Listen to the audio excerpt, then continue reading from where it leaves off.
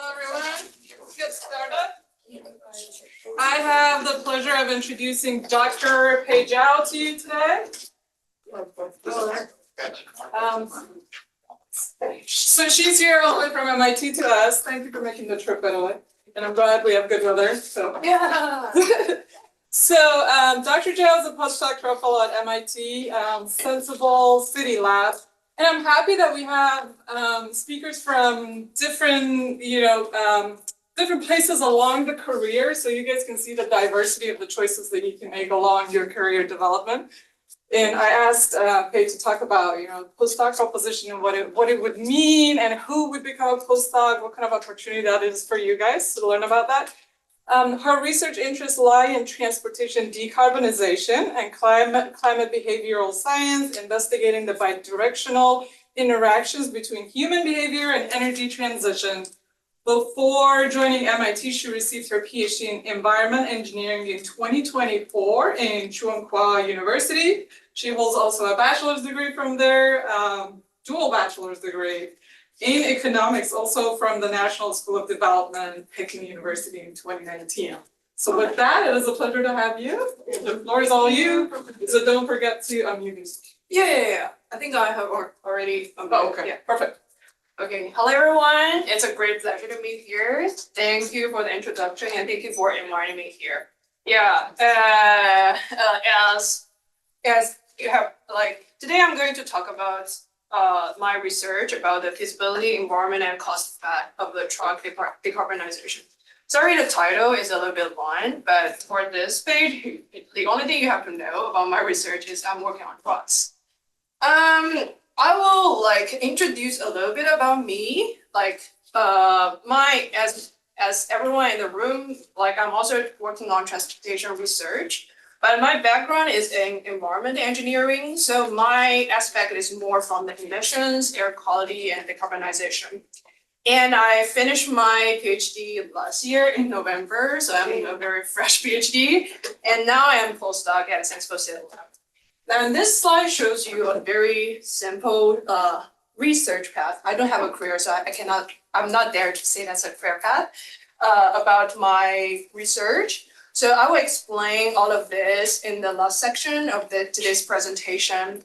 But to give you an idea, today, the research I'm going to talk about is within the last 4 years, I was working on the zero emission trucks. And in today's presentation, after the background, I will walk you through 2 case studies about zero emission trucks, one about battery electric vehicle, another about hydrogen fuel cell vehicle. And then we use the real-world operational data sets to look at their real-world performance, emissions, and costs. And then after the 2 case studies, we will zoom out of China. We will do a global review to see what is going on about the about the clean transition for the heavy-duty vehicles, which are trucks. So for the background, we first need to know why I'm working on trucks, because they are very important CO2 emitters. They are very small when it comes to populations, but they provided a large quantities of CO2 emissions. And in this figure, as you can see, transportation provide 22% of all the energy related emissions, and among them, a quarter of them were from trucks. So to deal with them, we need to think about some solutions. And for light duty vehicles like cars, which probably you are more familiar with, electrification is a more widely accepted approach. So can trucks also do that? There are some challenges in electrifying the trucks. The first is that the trucks are used in very, very diversified scenarios. As shown on this slide, you can see trucks working on urban deliveries like Amazon, UPS, everything. And they all have a daily mileage about around 200 kilometers. And there are some municipal trucks, they only drive 50 to 100 kilometers. And at the same time, there are heavy duty semi-trailers, which runs very long. They are for long haul operations, which could drive over 500 kilometers. So the diversified niches it doesn't mean that it cannot be electrified. It actually means we need to know which vehicle category can be electrified. But like when I started to do my PhD, we don't have the data or everything to analyze to know which can be electrified. And the second challenge is that like the heavy duty vehicles, trucks, they are commercially used. So no matter for the fleet owners or the drivers, they are very sensitive to the cost. If we are using battery electric vehicle to replace current diesel vehicles, it will have additional costs in many of those in many of the process. For example, in the purchase process, because of the additional batteries, it will be more expensive. And also at the same time, because of the additional battery, you will have lower like payload on your trucks. So which will also reduce their like transportation economy. So all of these making truck electrification a challenge. And do we have other choices? Yes, like hydrogen fuel cell electric vehicles is also another options. And both battery electric vehicle and hydrogen fuel cell vehicles, they are named as the zero emission vehicle, heavy duty vehicles. But also like hydrogen fuel cell vehicles, they have their own bottlenecks. Like they have high purchase cost, and the hydrogen cost is also very high. And now like the supply of green hydrogen is also facing challenge. So with all of these challenges, like the decarbonization pathway for trucks remains controversial. When I started to do my PhD in 2021, now it's a little bit clearer. So although like there are many federal and local governments like publish ambitious targets to lower down the carbon emissions from heavy duty vehicles, until 2023, current like zero emission truck sales still remains very, very low. And most of them are deployed in China. So that's one of the reasons why I choose China as the case study in the next two projects. And at the same time, also when I started with my PhD, the China 6 emission standards require all the vehicles to implement onboard monitoring. So it's actually some measures. It requires all the trucks to have something called onboard terminal. This terminal will collect data from onboard sensors and upload it into the cloud platform. And then, so at the analysis side, we can gather like high resolutional real world data from almost all the vehicles from the fleets. That actually lays a very good data foundation for us to get to know what's the real world usage behavior, driving behavior, their emissions, energy consumptions of different usage of trucks. So based on the onboard monitoring data for both zero emission vehicles and diesel trucks, I would like to know, okay, how these zero emission trucks are performed in the real world and what's their decarbonization potential and what's their real world costs. So let's first take a look at the first case study about electric vehicles. So in this project, we collected over 60,000 electric trucks in China, which is actually almost 1/3 of the global stock. And then because as we mentioned, there are different usage natures. We categorize them by their weight and their usage natures. And in total, we have 9 fleets. And in today's presentation, I will mainly talk about like 2 categories. One is like light duty delivery. You can imagine as those who take responsibility for your Amazon one. And another is a long haul, which is the heavy duty semi-trailer. So with the data, we first take a look at how they are operated. This figure shows you like the distribution of the electric trucks' daily mileage and travel frequency. There are too many distributions, but the only thing I want to have an impression is that their daily mileage are different. Like for example, like the heavy duty semi-trailer, the electric trucks are driving way longer than the other fleets. And things will get more interesting if we overlaid with the daily mileage of diesel trucks. So the red line distribution is the daily mileage of diesel trucks. Although they are always also different across different categories, what you can notice here is that the daily mileage of electric trucks is always lower than diesel trucks, right? So, and also that also happens for the travel frequency. So we call it under usage. Let's zoom in. Take the light-duty delivery trucks as an example. Still, the green one is the distribution of battery electric trucks, and the red one is the diesel one. So as you can see that the average daily mileage of electric truck is almost like just 1/2 of that of diesel trucks. The first question, can we have the Q&A later, like after? Yeah, thank you.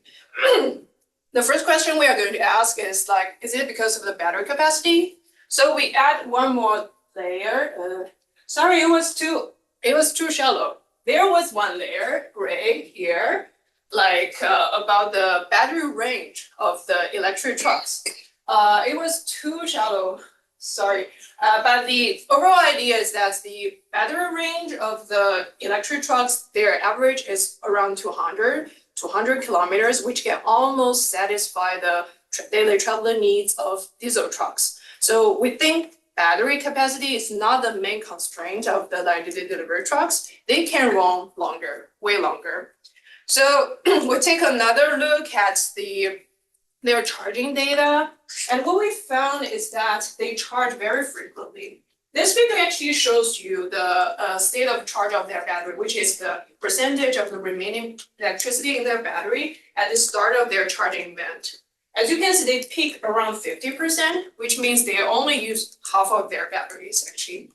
And if we look at the origins and destinations of these light-duty electric trucks, we found that more than 80% of the origin destinations falls within the 5 kilometers of the closest charging stations. So it's just saying that they are moving around the charging stations. They are not there to like move too far away from the charging stations.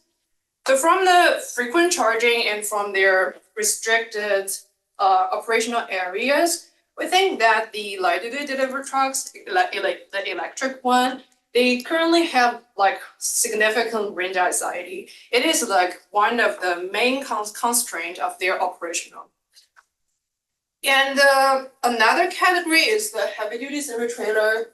But if you look at this, it will be different from the light-duty delivery trucks. I'm sorry for the shades. As we have already shown that the electric heavy-duty semi-trailer, they have longer daily mileage, but their battery range is a little bit lower. It's around like 200 kilometers. They actually charge 2 or 4 times every day to reach such a high daily mileage, but even though they cannot satisfy the daily mileage of diesel trucks. So, and the figure on the right shows you the SOC for heavy-duty semi-trailers, and as you can see, it is almost like below 20%. So for the electric semi-trailers, they have already used their batteries sufficiently. So for them, if you want to have higher probability to electrify them, we need to enlarge the battery size. Dr. Zhao, we just received a lot of information. Can we take a pause here and see if there are any questions? Would that be okay? Okay, yeah, sure. Appreciate it. Yeah, please go. Just on the previous, I don't know if I missed it, but for these distributions, is it assuming the same efficiency rate, such as the same amount of deliveries for electric versus diesel, and is it adaptable to the changing mileage practices?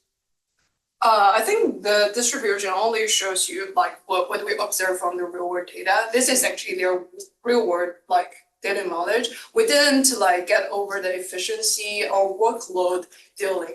Actually, that's something I'm going to talk about in the next section. I'm doing some modeling on that. Yeah. Sounds good. Yeah. Any other questions, guys? Can you show us what we're missing? Because the white color is not showing, right? Yeah. Would you be able to just show us, point to it? Where it is? Yeah, like, oh, sorry, not this one. This one.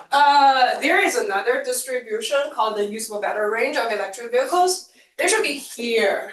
Oh, Oh, okay. This one is here. So it's like The average would be around 200, and the average of diesel trucks is also 200-ish. So we think, okay, for current electric truck models, they can actually run the diesel trucks daily mileage, but they didn't.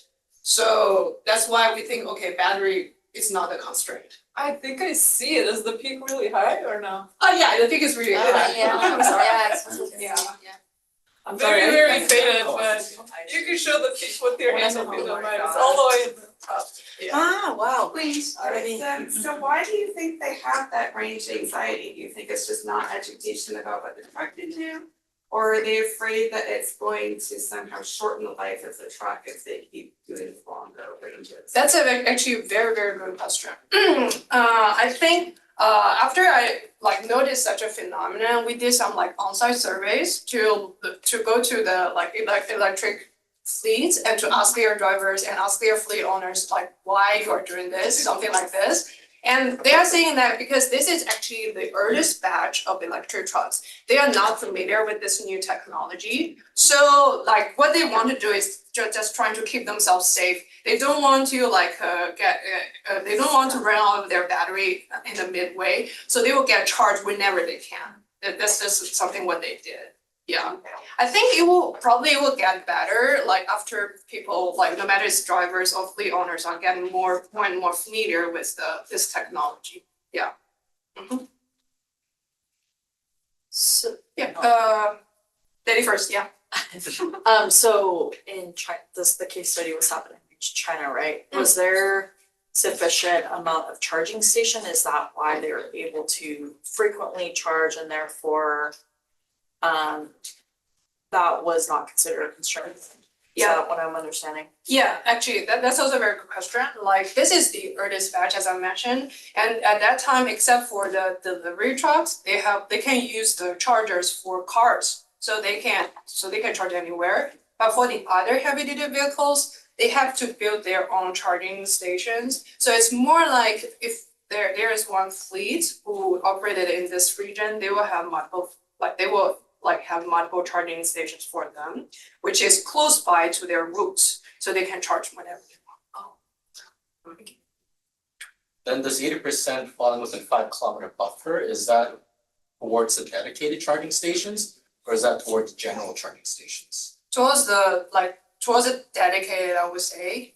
So they're all fast chargers then? I see. These heavy duty vehicles, they are all used fast charging. Yeah. Oh, please. Is it related to the unreasonable distribution of the charge facilities? So are you saying that does the infrastructure influence the Yes. range anxiety? I think yes, from some of the extent, yes. Because they are not they are not very confident that they can charge when their battery is low. Oh. So they just charge whenever they can. Okay.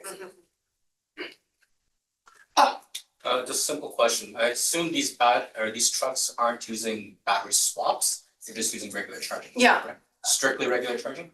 Strict, where do you mean As by- in they don't have any kind of battery swap.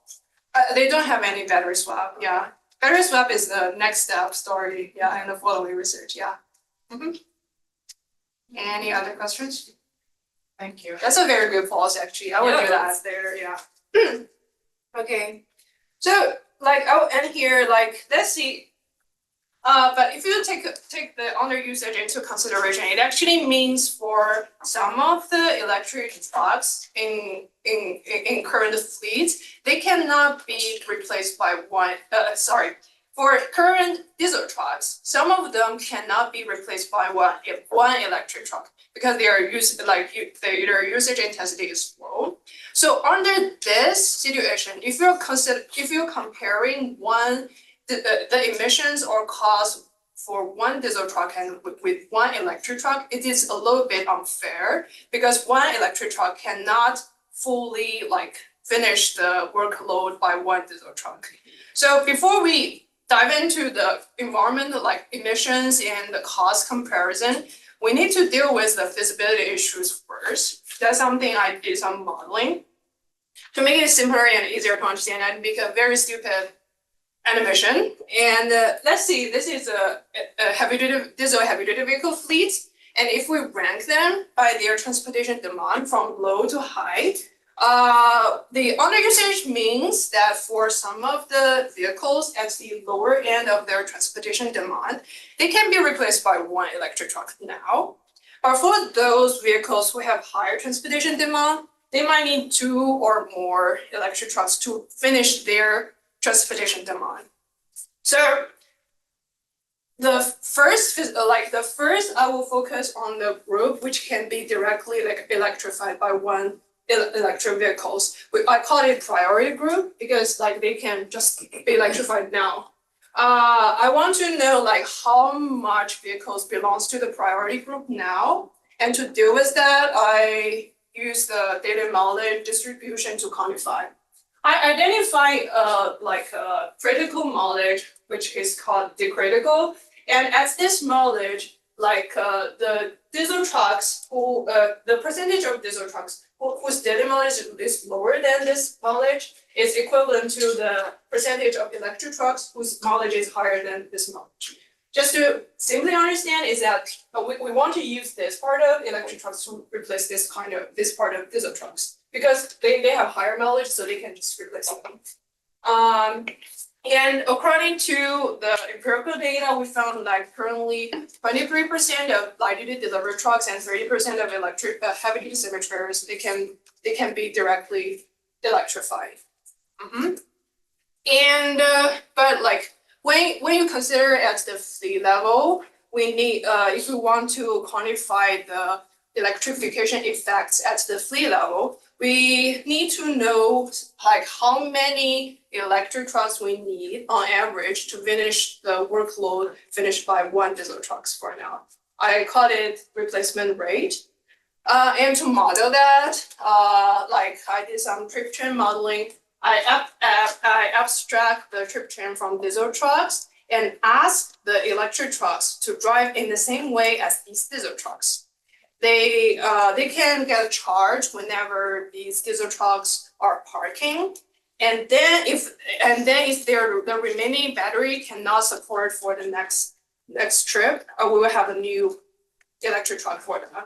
So after these simulation, we found that around 3.8 and 3.6 electric trucks is needed to replace one diesel truck, to replace one delivery and semi-trailer. Under current usage projects, that's an important assumption. Yeah, I'll stop here because all the other remaining results will be based on this part. Any questions, or if you want to dive into more about the details here? Yeah. So is this frequent charging that you just talked about one of the reasons that cost is higher replacement rates? Yeah. Or is this only one of the reasons? If not, then what are some other reasons?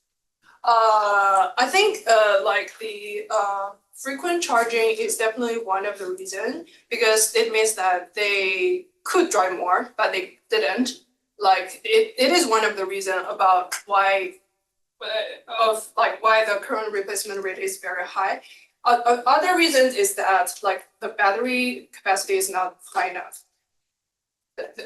We probably need larger batteries to support the traveling demands of diesel trucks. So what about some of the things that they do where they do battery swaps instead of having a larger battery? I think that would be something people were more comfortable with if they knew they could drive to a point and swap the battery. Yeah, I think that would be that's some future projection we are doing in the future.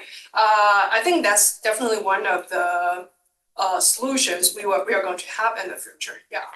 But battery swapping also has its own challenges, but we will talk about that in the future. Okay, so I will continue. So with the two feasibility indicators, one is that priority group, how many vehicles can be electrified now, and another is the replacement rate, how much electric trucks we need to replace one diesel trucks. We finally look at the emissions and the cost. And for the emissions, I modeled the life cycle CO2 emissions, which includes both material cycle and fuel cycle. And the data was used from like one of my group members. He updated the localized life cycle inventory data sets. And for the cost, I used the concept of total cost of ownership, which includes almost all the costs within the vehicle lifespan, including the purchase, fuel cost, maintenance fees, and also rental cost. So the result shows that, okay, like if we compare on the fleet average means like we are still comparing one diesel with one electric. This is almost like most previous literature did.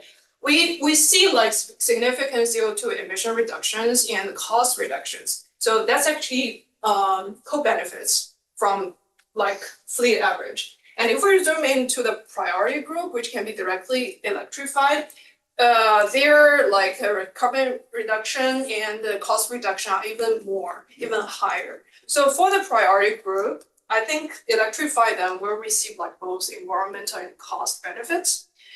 But like if we look at the fleet level, because of the high replacement rates, the fleet level electrification effects for both carbon and cost would not be very good. And the first thing we are going to think about is, okay, if we increase their usage intensity, just like some of the students have just mentioned, if they do not like charge that frequently, how that will help. Okay, this counter plot that shows you about that. This counter plot is about replacement rate, the modeling indicator we just mentioned. And we want to see how increase the usage intensity will help with the replacement rate. And I disentangled increasing the usage intensity into two dimensions. One is to increase their trip mileage, which is the x-axis, which means like you could drive longer within one trip. And the y-axis is like to increase your usage intensity, like you can drive for more frequently. So like the production of the two axes is the VKT, vehicle mileage, annual vehicle mileage. So as you can see for like delivery trucks, because currently their battery use is very low, about like 41% or something, they have like large room to improve their trip mileage. And if they, based on that, if they increase their like battery usage to 85% and then increase their usage intensity for 52%, at the fleet level, they can reach the, this is CO2 and this is the cost break-even. So they are possible to reach the co-benefits at the fleet level. That is actually almost the similar story for all of the 8 out of the 9 fleets, except for the semi-trailer. Like the semi-trailer, as we have just mentioned, they have used their batteries very sufficiently to 82%. So there is very limited room for them to increase their batteries. We cannot expect the drivers to use 100% of their batteries. It's not reasonable. And even it's here, there will be very large gap between the CO2 break-even and even cost break-even. So for the heavy-duty semi-trailer, increase the usage intensity will not help them a lot with the fleet level electrification effect. So they need some technological improvements. And I have 2 good examples about the technological improvements. One is from California. Dan just told me that you can see the semis here. They will just move past your streets, which is amazing. I want to see that today. But it's actually a very good example for the long haul electrification. The thing they do is that the semis, they have huge batteries. Their batteries can support the mileage of over 500 miles. And along the routes they travel, they have 3 supercharging stations, which can like support 75% of their batteries in 45 minutes. So with a large battery and a supercharging station, they can drive more than 1,000 kilometers every day. So it's totally comparable to diesel trucks. This is a good example. And another example is, just as some of the students have mentioned, is about battery swapping. We also noticed that there are some like pilot projects in China. They use similar like strategies. they enlarge their vehicle batteries, but not that large as Tesla size. It's around like 500 kilowatts, which is almost equivalent to 250 or 300 kilometers per battery.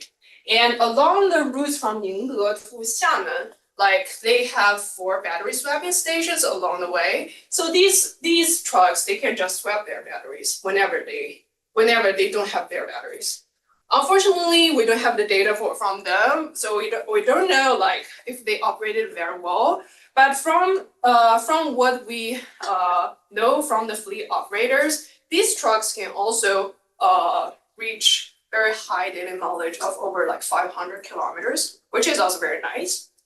So all of these like makes us to do some future projections about electrifying the long hauls.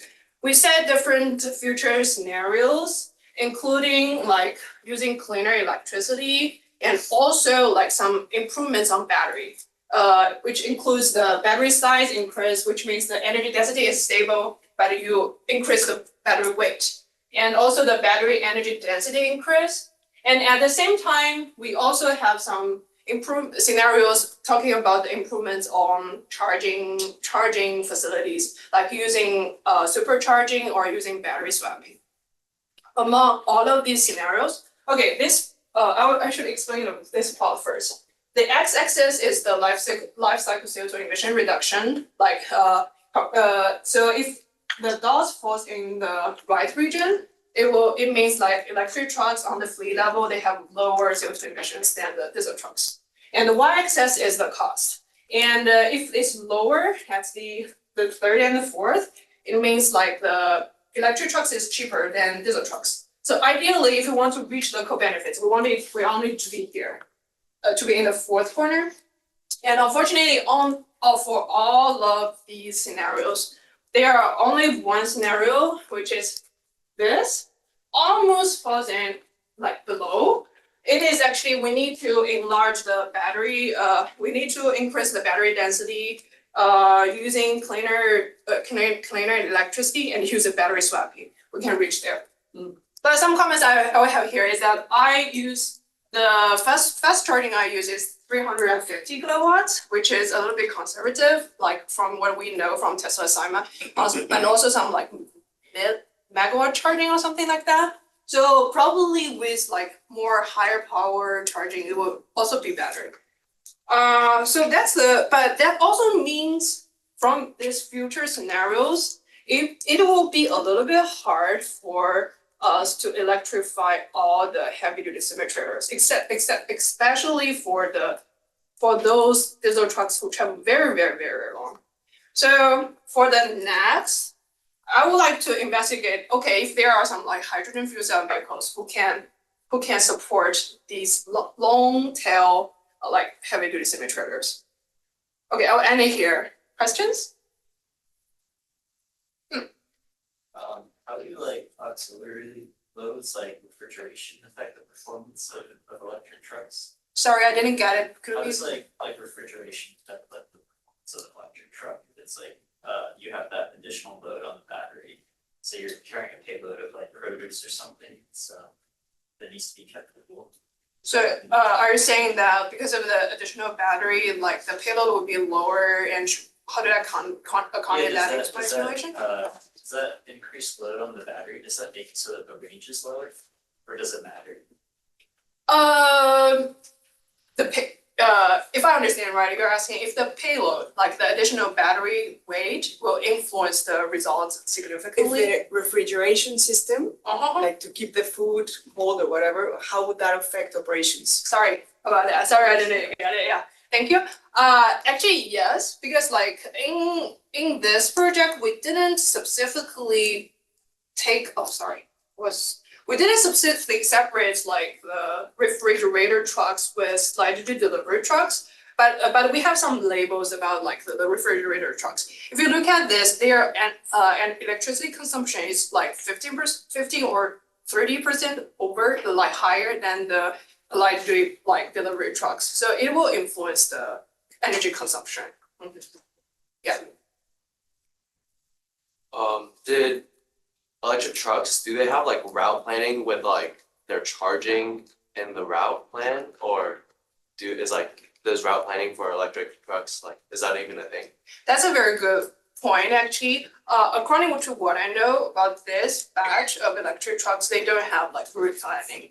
They just like based on the experience of the drivers and based on what they know where the charging station is, they just drive. But I think like the having a platform which will organize the route planning and everything will be very important for the electric trucks in the future. They have to know where they can get charged or get the battery swapped and to get their refilled. Yeah. Kind of in that same thread,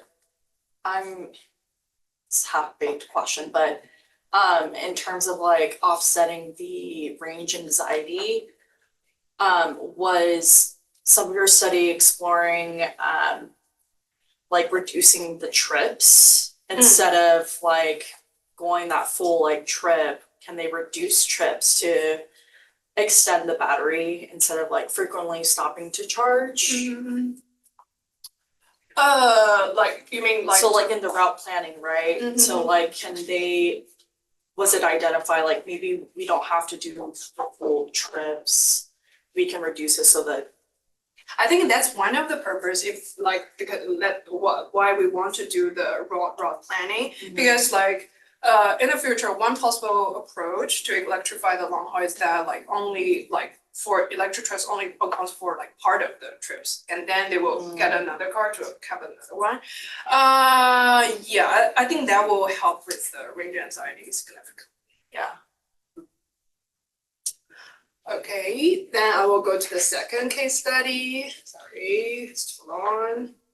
The second case study is about the hydrogen fuel cell electric trucks. Remember why I want to look at it is for the long haul simulations. Yeah, we also gather some data for the pilot from a pilot project in China. But this time the amount is a little bit lower. It's only 100, like less than 200 vehicles. And similarly, like we categorize them across their vehicle weight and locations. And something I want to point here is that if you look at these vehicle models, they have their hydrogen tank, which can storage the hydrogen.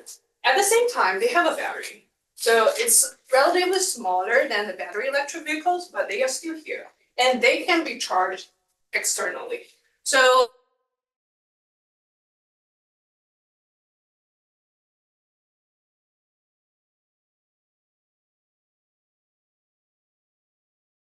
this pilot study, like current hydrogen fuel cell trucks, they are all mostly operating short and medium distance routes, like around like 200 to 300 in maximum.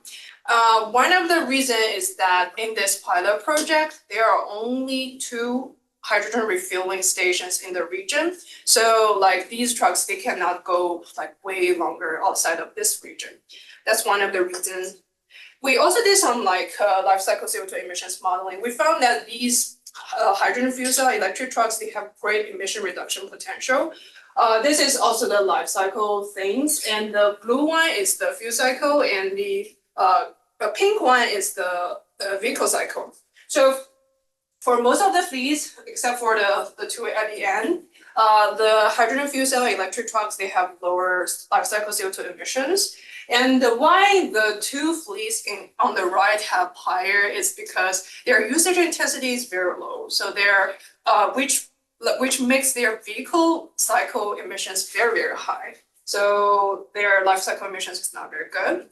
But although these vehicles, they have great emission reduction potential, their cost is a huge challenge.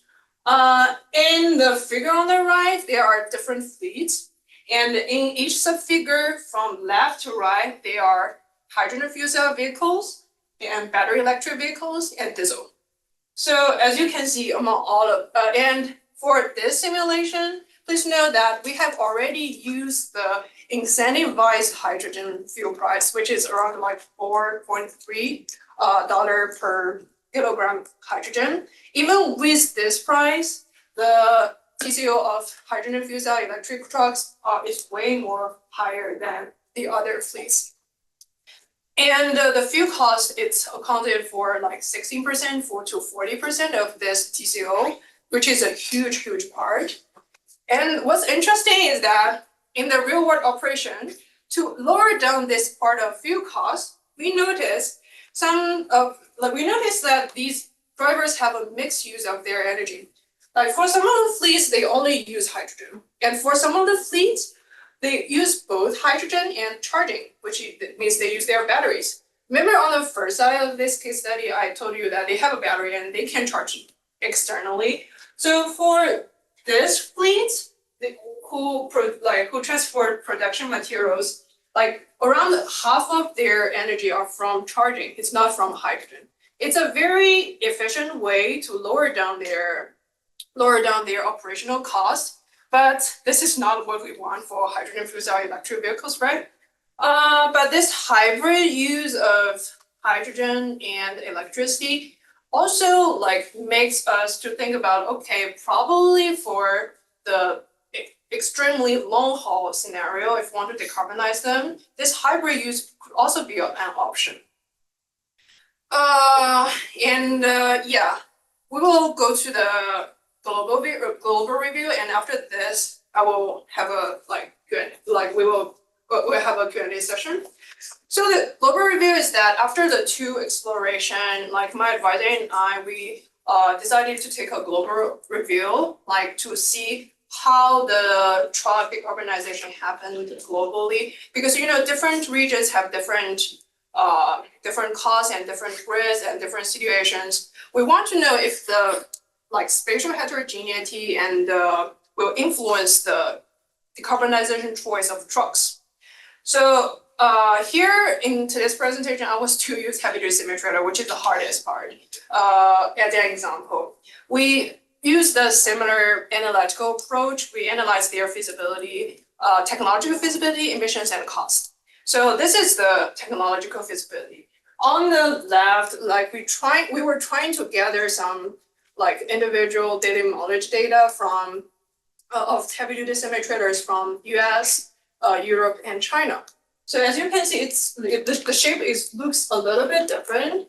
And what's surprised, not surprised, and US has the most vehicle part, who has very long travels, over 500 kilometers among the three regions. And to compare the technological potential, I'm sorry about my color. I should choose darker color today. We compare different pathways. This is a battery electric vehicle, and this is a hydrogen fuel cell vehicle. And to reflect the most advanced technological potential, we choose three most advanced vehicle model in 2024, which are the three dots here, and we take an average to see, okay, how much they can replace current diesel trucks.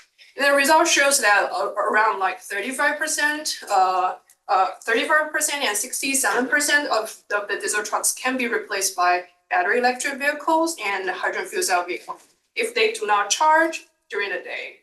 And if they are provided with opportunities to get one additional charge in the day, the percentage will increase to more than 88%, which means charging infrastructure is also very important in this transition. And for the emission reduction and the cost, it's actually what we expect is that for Europe and the US, because their grid is more planar than China, so using battery electric vehicle and hydrogen fuel cell vehicle, they have huge actually carbon reduction potential compared with China. But cost is always the challenge. For both purchase cost, which is the red part, and the fuel cost, which is the green part, it's the huge challenge for both Europe and the US. But because this is a review, so we go over all the literatures, but the literatures are very optimistic about the future projections of the cost. They're saying that probably they are projecting similarly for battery electric vehicles, their cost will reach the cost parity with diesel trucks by 2030, and for hydrogen, they will reach cost parity by 2040. So yeah, so that's probably like the current global analysis of the low carbon trucks. And I will go to my personal research project. So I will stop here. Do you have any questions about the previous two parts? Okay, sorry, later. On the global and the prior to the last, you say up to 65% of the trucks can be replaced with zero emission trucks. That is both fuel cell and electric. Like 35 is for battery electric, Ah. 67 is for fuel cell hydrogen. Yeah. Yeah. That's right. Thank you. For the hydrogen fueling stations, the two that you mentioned in China, do they provide production on site or is hydrogen shipped in to that location as they're there? I think it's shipped. Shipped. Yeah. So is there anywhere else in like the region that is in the process of like doing creation? Yeah, like for the previous like hydrogen fuel cell electric trucks study, we realized that they are using the by-production hydrogen, which is from a factory like in the region, and they will ship to the refueling stations and get refilled. So it's like what is it, like gray hydrogen? I think? It's a gray hydrogen. Yeah, it's not even green hydrogen actually. Yeah. Yeah, please.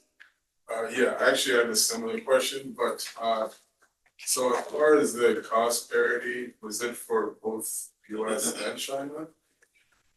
You mean like Like you said in cost the parity end? for battery electric is gonna be 2030 and I think fuel cell is 2040. If I remember it right, it's for both Europe and US actually. Europe. Yeah.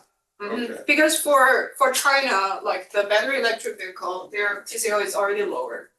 Because like the charging in China is very cheap, so yeah, currently their TCO is already lower. But for hydrogen, what are the projections? It's also 2040. Yeah, I think what I remember from the past literature is that for battery electric vehicles, 2030, for hydrogen is 2040, yeah. Okay, I'm happy I didn't lose you. Okay, so the last part will be my research past and current work. As I showed you this timeline just now, I officially started to do my research seriously since my undergrad thesis. And before that, the only thing I know from my bachelor period is that I am not very good at experiments. I'm not like, if I am in the lab, I would destroy the lab. So it's probably better for me not to do many experiments. So when I started doing my undergrad thesis, there was a time China 6 emission standard was published, and they mentioned about the OBM, and like some of the pilot cities like Beijing, where my university is in, they decided to start a pilot OBM project. So they want to implement that earlier than the nationwide deployment. And then my advisor said, okay, let's see if the OBM is promising and if they can do a better emission monitoring. So my undergrad thesis was looking at the vehicle data, and because that was the raw data, and as a big data, you can imagine how many data arrows there, and I have to do it like one by one manually, to conclude, okay, this is a standardized vehicle arrow features, and this is another. And so I finished the data pre-processing procedure in my undergrad thesis, and also at the same time I did some PEMS tests to guarantee that the OBM sensors are accurate enough for the emission monitoring. So, and after that, when I officially started my PhD, I was also working on the OBM thing, but unfortunately in that 2 year, the gray is a bad color, I know. For the 2 year, there was COVID. So I spent half a year at home, but I was also working on the outbound monitoring.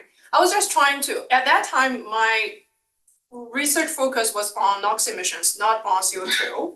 So I was trying to evaluate the real world NOx emissions from the onboard monitoring data and categorized by their emission standards and to see how SCR work influence the real world NOx emissions.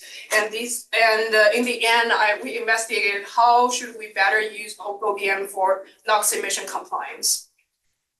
Then since 2021, I noticed that there are like zero emission fleets data that I can use. So I shifted my focus to what I presented to today about the zero emission vehicles. And during that time, I visited MIT as a visiting student for 1 year. And based on the data analytical skills I have, during my MIT visiting, I was like focused on training my skills on like modeling, including both like agent-based modeling and trip trend modeling. And at the same time, also this was what my PhD advisor told me, that you cannot only look at this from the data side, you have to be there and to know what is happening in the real world. So I did many on-site surveys to Yingde and across China. So yeah, and then I finished my PhD in 2024, and now I'm a postdoc. My current research direction it's not shifted, it's just a little bit broader than my PhD research. I'm looking at like how human behaviors and the climate systems or energy transition interact with each other. That's my current like research focus. I know I will welcome any kind of questions regarding this part because this is a very brief introduction. But I will just like make the summary and end this. Yeah, the summary remarks, I think we have already mentioned them a lot of times, so I will not read it part by part. And I will give my acknowledgement to my advisors, both at Tsinghua and at MIT. And they are all my good friends who will accompany me throughout the journey. Okay, thank you.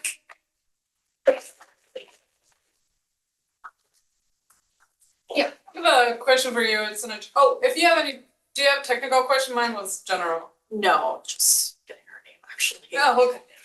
If you don't mind putting it out, never mind. It is up there.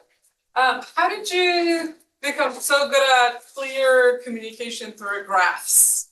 Oh, this is Graphs actually are also some. strikingly amazing. Thank you very much for that. Actually, this is also some training I got from my MIT visiting, because like my MIT the lab is like just introduced. My lab is working on urban studies, and they are very good at big data analysis in this side. And for the electric truck project, the first thing my MIT mentor asked me is to change my plots. They said, okay, you have enough data. Why you are like drawing bars? You can have the distributions, and we can get more information from the distributions and everything. Yeah, so that's just being trained by step, and then we got to know that. Yeah.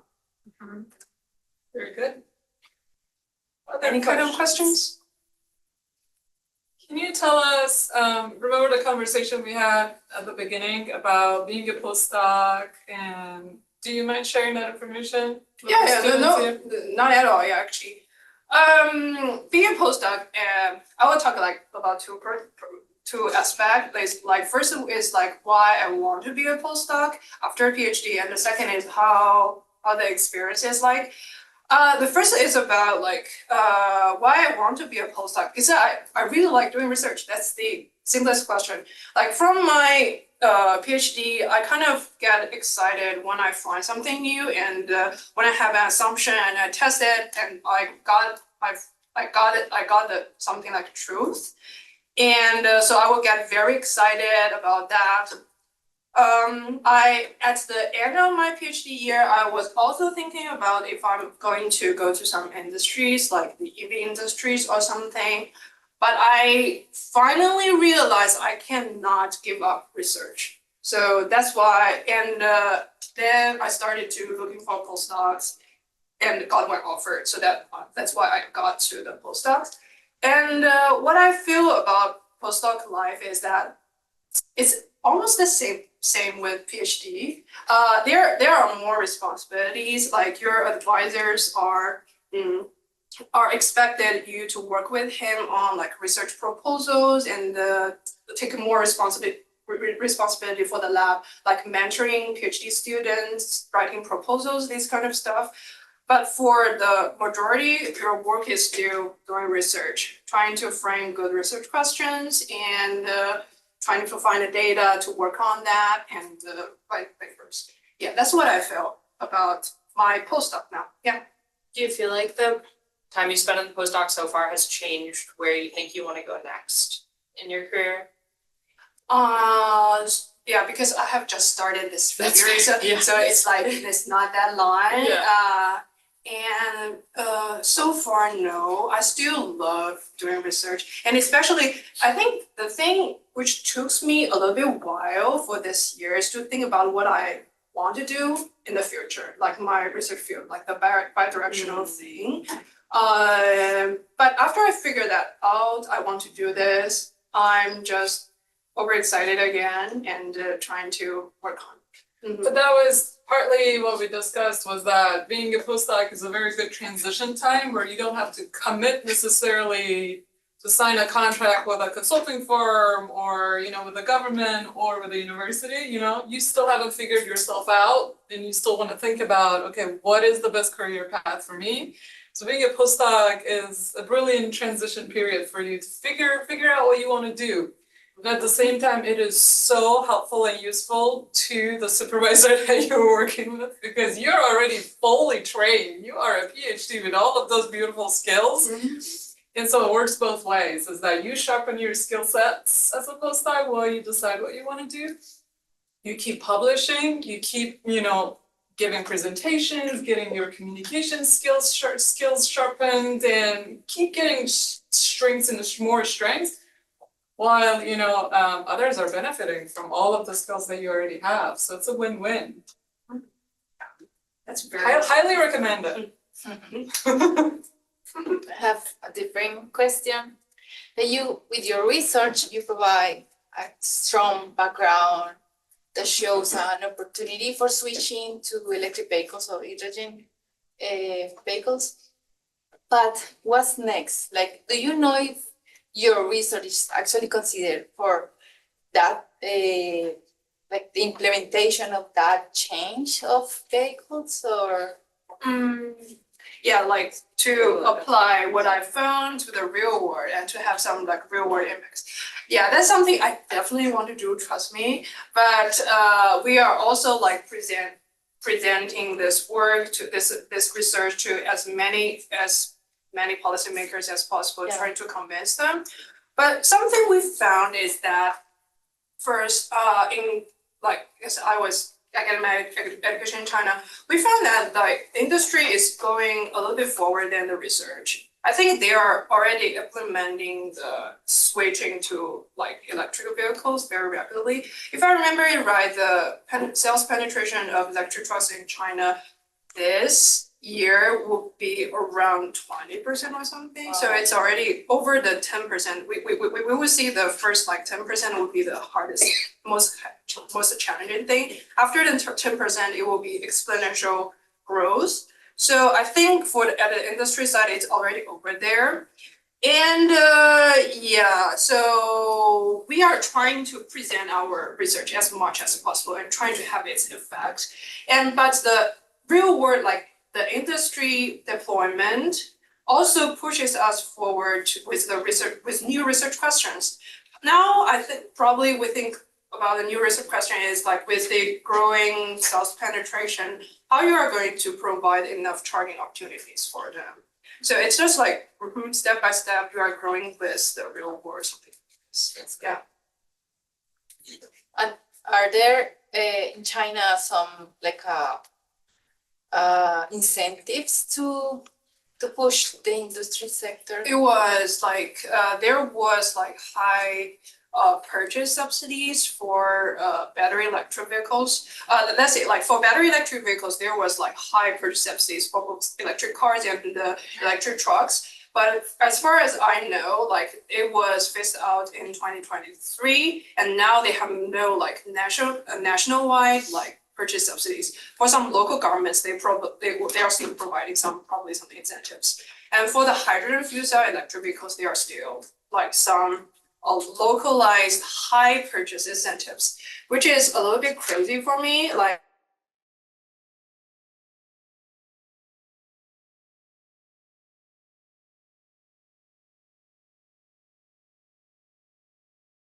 high purchase subsidies for hydrogen vehicles, which is almost like higher than their vehicle purchase price.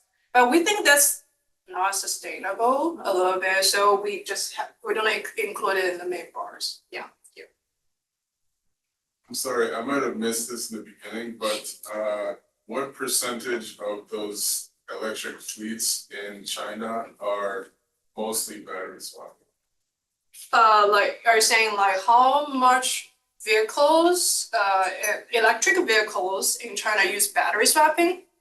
Yes. Is that electric a trucks, question? Electric trucks. I think for battery swapping currently, they are still under the pilot program because there are many difficulties to have a battery swapping station because they need land and charging infrastructures and thing.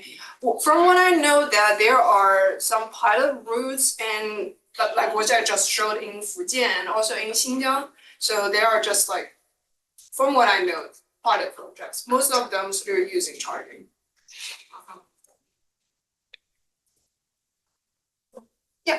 I also want to ask a logistics question. So, you said you just started this postdoc 2 months ago, and I just wonder, like, this research, how much is like done by your lab and how much is done by yourself? And if it's mostly done by like people for you, how are you able to learn this material and present this good? The research I presented today was finished by mostly finished by my PhD period. Although it was like because I was visiting MIT for 1 year, so it was like a collaborative project, but it was almost finished by then. I don't know if I understand right. Like I think most of my research projects, I have collaborators, but like it's mostly if I'm the lead project lead, the studies are mostly finished by me. Yeah, still.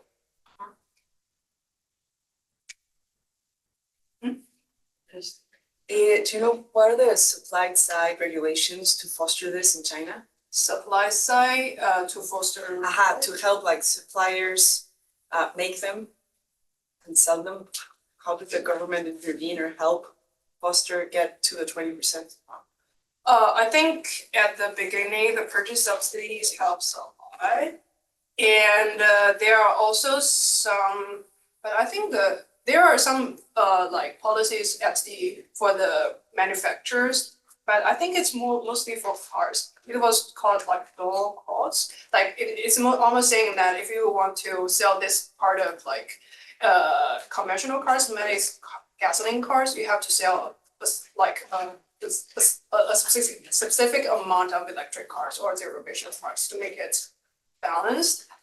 Yeah, but so far, I don't think I know there are like more policies on like infrastructure incentives now. They're encouraging more and more like manufacturers and industries to make investment on the charging infrastructures or battery swapping station. Yeah. Thank you, great work. Thank you.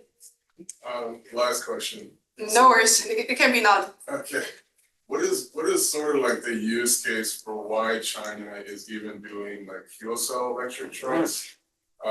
If they're mainly using gray hydrogen? Are they planning to sort of transition to like using cleaner fuels? Yeah, that's actually cleaner sources? very good question. Are you saying that why like China wants to promote the use of hydrogen fuel cell vehicles, even though like they are using gray hydrogen now? Yeah. Because I think probably for the I think it's like two lanes, two developments in parallel. One is at the hydrogen side, they have to make scalable green hydrogen supply, and another is the apply side, how you are going to use this hydrogen. So like you can so for what I'm showing here today about hydrogen fuel cell vehicles, is that they want to foster the market first to see, okay, if the hydrogen fuel cell vehicle can work, and then if with sufficient green hydrogen supply, then we will have a clean fleet, something like this. Do you know what their primary source for green hydrogen would be? Would it be Like the electricity or source, solar? current, like major source of green hydrogen. Or just projection, what they project to? That's a little bit out of my, Okay. yeah, sorry. Alright, guys, if you can stick around for a little bit, if others have more questions for you, that'd be great. Yeah, I will stay here, like, well, very welcome to ask further questions. Perfect, so with that, we'll officially wrap it up. If you have questions for our presenter, please just step up. Thank you very much, have a great day.